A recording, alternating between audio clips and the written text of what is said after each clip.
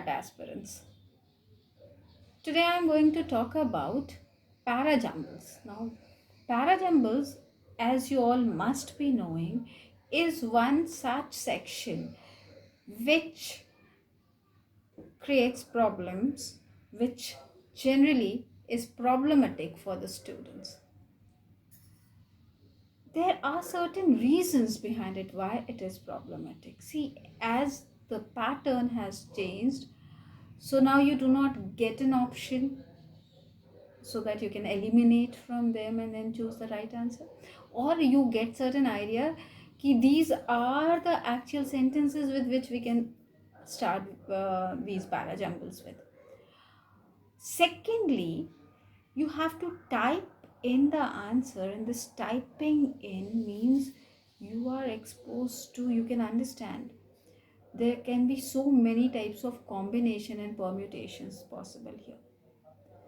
So what we can do is we have to actually understand what should be the proper strategy to solve these kind of problems. See, the basic strategy to be used here is your logical acumens apart from the verbal understanding. It's very important that you have your logical acumens applied here so that you are able to deal with these questions in a proper way. Now, what I have chalked out a few very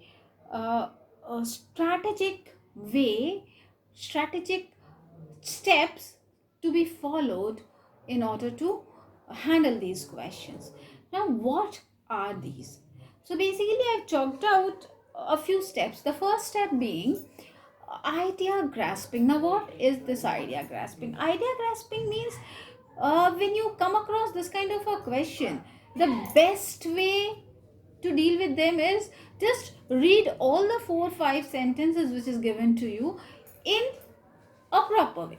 So even if they are put in a distorted manner, even if they are put in an unsequenced manner, you will still be able to get an idea as to what is it that this paragraph is trying to talk about and what about that topic, right?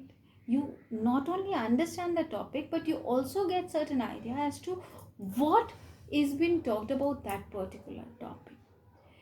So what I say, step by step process, as I said, the first step is to grasp the idea. The second is to identify the pattern, identify the construct of it. Now when I talk of the construct or when I talk of the pattern to be followed, what do I mean by this? See, every paragraph, everything that is written has to be written in a particular manner. When I and you write certain things, we follow certain process. So same is the case even with the writer who has written the paragraph for us. So see, it will either be like generic to specific, which is the general pattern. Every paragraph generally, like 90% of the time, is generic to specific. Now what is this generic to specific? It always starts with a very general term and then ends up with the specific one. So we can see that the second pattern that we often see in these kind of paragraphs are like what we call is cause and effect. So cause and effect, see, you will be having say somewhere around 4 to 5 sentences. Now what is cause and effect? Cause and effect will be when you see that there are 3-4 causes and then one effect of that cause. So that is a cause and effect pattern. It can be a vice versa condition as well, like the effect and cause. Now this effect will be like when the paragraph has say 2-3 effects stated and cause is suppose 1 or 2. So whichever is more has to come before. Okay. Now apart from that, then we have idea and explanation, idea exploration, idea rephrasing. Now we can go on and on talking about them, and you can get the same in my other videos where I'll be explaining it in detail. Now I just want to give you an idea about it, so I'm talking about these particular things. Then you will be having those chronologies, the process, the procedural steps, etc., etc. Now, once you have identified these patterns, now what you need to do is then you have to find out the linking words. Now, what can these linking words be? See, most of the time we'll see the grammatical aspects as the linking words. Either they'll be like the pronouns, the verbs, or else the conjunctions, right? Now, these words have to be identified so that you exactly know what is going to follow what. Second thing, sometimes these hints, these linking words can be contextual as well. Like suppose somebody talks about somebody getting married and then having a child. Obviously, the child, having a child will always come after the marriage. So those contextual links also have to be taken care of. Once you have done this, then you can very easily sequence them.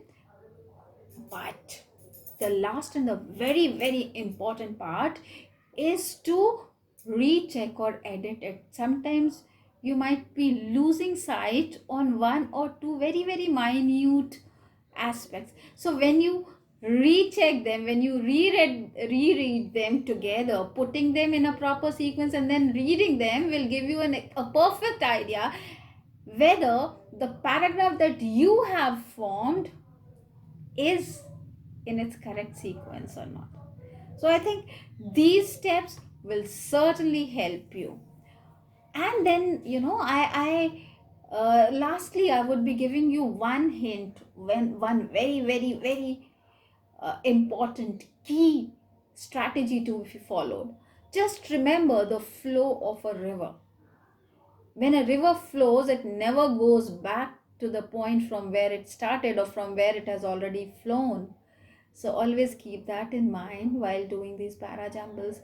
Once you have dealt with a particular part of a paragraph, you cannot go forth and again come back to it. So always remember, once you're finished off with something, just move on. Now we have to move to the other aspects.